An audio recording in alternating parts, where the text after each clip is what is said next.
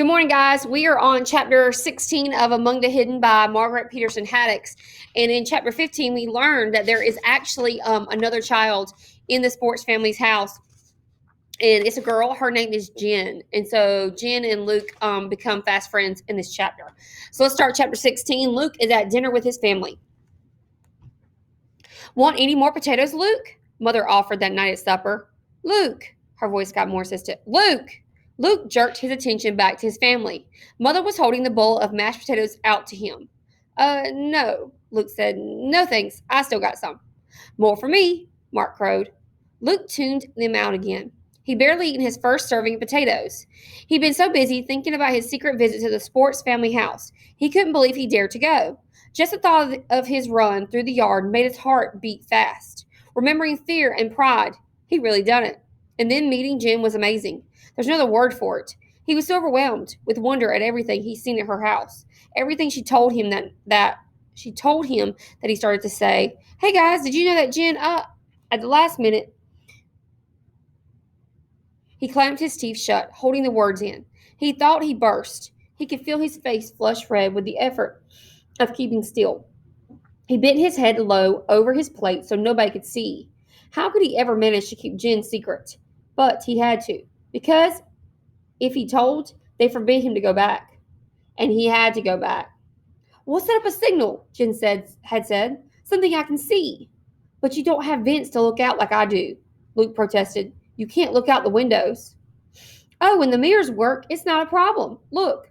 She took him over to a window near the sliding glass door and showed him a mirror that reflected a wide view of the Talbots' backyard and the landscape beyond. It showed just the corner of Gardner's barn, but when Jen turned it a bit, the entire Gardner house came into view.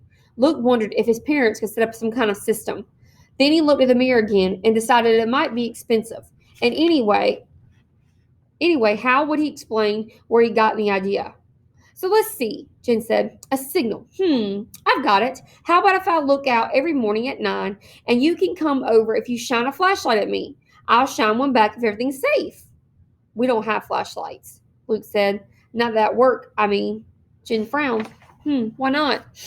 "We haven't had batteries in, I don't know, 4 or 5 years," Luke explained. In fact, he felt proud even to remember what a flashlight was.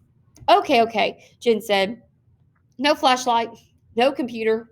"Oh, we have a computer," Luke said. "My parents do, and I think it still works, but it's in Dad's office in the front of the house, and I'm not allowed in there. And anyhow, I'd never be allowed to touch the computer." He remembered once when he was young, maybe 3 or 4, and he followed Mother into Dad's office while she was cleaning. The rows of letters on the computer keyboard had looked like a toy to him, and he reached one finger up and tapped the space bar over and over again. Mother had turned around and freaked out. "They can find you now!" she screamed. "If they were watching." And for weeks after that, she hid him even more carefully than ever, locking him in his room when she had to go outside. Jen rolled her eyes. "Don't tell me your family believes that government propaganda stuff," she said. "They spent so much money trying to convince people that they can monitor all the TVs and computers. You know they couldn't have afforded to actually do it. I've been using our computer since I was 3 and watching TV too, and they've never caught me. How about a candle?" "What?" It took Luke a minute to realize she was talking about the signal again. "The candles, they're all in the kitchen, and I'm not allowed." Jim mimicked the words as he said them. "To go in there." "They've got you on an awfully short leash, don't they?" she asked. "No, I mean yes, but they're just trying to protect me." Jen shook her head. "Yeah, I've heard that one before. Ever heard of disobeying?" Luke started defensively. I'm here, aren't I?" Jen laughed. "Got me. But listen, if you can't do candles or a flashlight, how about just turning on a light that I can see?" Luke was quicker this time, figuring out that she was still talking about the signal. "The one by the back door?" Luke said. "You can't miss it." He wasn't allowed to turn that on either, but he didn't dare say not allowed again. Now Luke toyed with his mashed potatoes. His entire conversation with Jen had been like that. She mocked, he defended, but she always got her way. Of course, he defended her to himself. She knew that and had seen so much more than him. After he finished his story on the couch, she told him hers. "First," she said defiantly, "my parents had me on purpose 13 years ago. Mom already had Bull and Brom from her first marriage." "Your brothers?" Luke asked. Yeah, Bulletin and Brownlee. Really, what kind of names are those for knuckleheads like them? Mom was going through some snobbish upper class phase with husband number one. She's had more than one husband? Luke asked. He didn't know that was possible. Sure, Jen said. Dad, who's really my stepdad, is number three. Luke found that so confusing. He just kept his mouth shut. Anyhow, Jen said, Mother was dying to have a little girl. Sorry, where am I at? Mother was dying to have a little girl. What if you'd been a boy? Luke asked. Sorry, I need to stop for a second. There we go.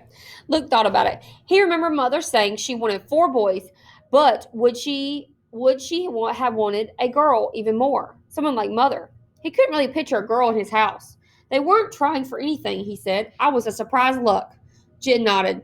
I didn't think they paid for you, she said. Then she put her hand over her mouth. That sounded really terrible, didn't it? I didn't mean anything by it. It's just you're the first person I've met who wasn't a baron.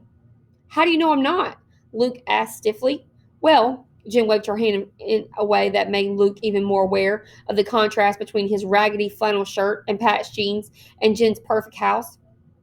Look, don't be mad. It doesn't matter. Or maybe it does. But I think it's cool that you're not a baron. You can help me even more. So, guys, a baron is a person that has money, they're wealthy, they have more power in this future world. Help? Luke asked. With the rally, Jen said. She bit her lip. Should I? There's no way you could be an infiltrator. Is there? Can I trust you? Of course you can, Luke said. He felt insulted again. Jen leaned her head back and stared at the ceiling as if an answer were written there. Then she looked back at Luke. I'm sorry, I'm botching this. I'm not used to really talking, just on the net, you know? Look, I trust you, but I'm not the only one involved. So let's wait, okay? Okay, Luke said, but he couldn't help sounding injured. Jen leaned over and gave his shoulders a quick shake. Oh, don't say it like that. Say, okay, Jen, I respect your judgment. Or, okay, Jen, whatever you think is best. She giggled. That's what Dad tells me I should say when I disagree with him. Can you believe it? Lawyers. Luke was glad the subject had changed. Your dad's a lawyer? He asked. Jen rolled her eyes. Yeah, all Mom's husbands have been. Strange taste, huh? Number one was an environmental lawyer, of all things. Number two was corporate. That's how they had enough money to get me. And number three, Dad, is with the government. High up, I might add. But if you're an illegal, Luke hadn't thought he could get any more confused. Jen laughed. Haven't you learned? Government leaders are the worst ones for breaking laws. How do you think we got this house? How do you think I got internet access? How do you think we live? I don't know, Luke said. Fully honest, I don't think I know much of anything. Jim patted his head as if he were a little kid or a dog. That's okay, she said. You'll learn. It wasn't long after that Luke said he had to leave because he was afraid Dad or Matthew or Mark might come in for lunch a little early. He dreaded the trip back. Jim walked him to the door, chattering the whole way. I'll fix the screen and deal with the security system so no one will ever know you were here, she said. And, oh no! Luke followed her gaze. She was staring at 3 pinpoints of blood on the carpet. I'm sorry, Luke said. That must be from when I scraped my hand. I'll clean it up. There's still time. Secretly, he was glad of the delay. No, Jen said impatiently. I don't care about the carpet. It's just that Mom and Dad will know. And when they see, I don't have any cuts. And then before Luke even knew what she was doing, she thrust her hand toward the torn part of the screen. The jagged edge didn't cut immediately, so she held the screen with her right hand and raked it across with her left. When Jen pulled her hand back, Luke saw a gash even deeper than his. Jen squeezed out a few drops of blood and let them fall to the carpet. There, she said. Stunned, Luke backed out the door. Come back soon, farmer boy, Jen said. Luke turned and ran, blindly, not even slowing down to creep alongside the barn. He went straight to the back door of the house, yanked it open, and let it bang shut behind him. Now, sitting at supper, he felt his heart pounding again as he thought of how dangerous that had been. Why hadn't he looked first? Why hadn't he crawled? He poked his fork into his potatoes, now gone cold and congealed. He watched Mother gathering up dirty dishes while Dad and Matthew leaned back in their chairs, talking of grain yields. Jen had scared him. That was why. Seeing her cut her hand had terrified him. How could she do something like that for him when they just met?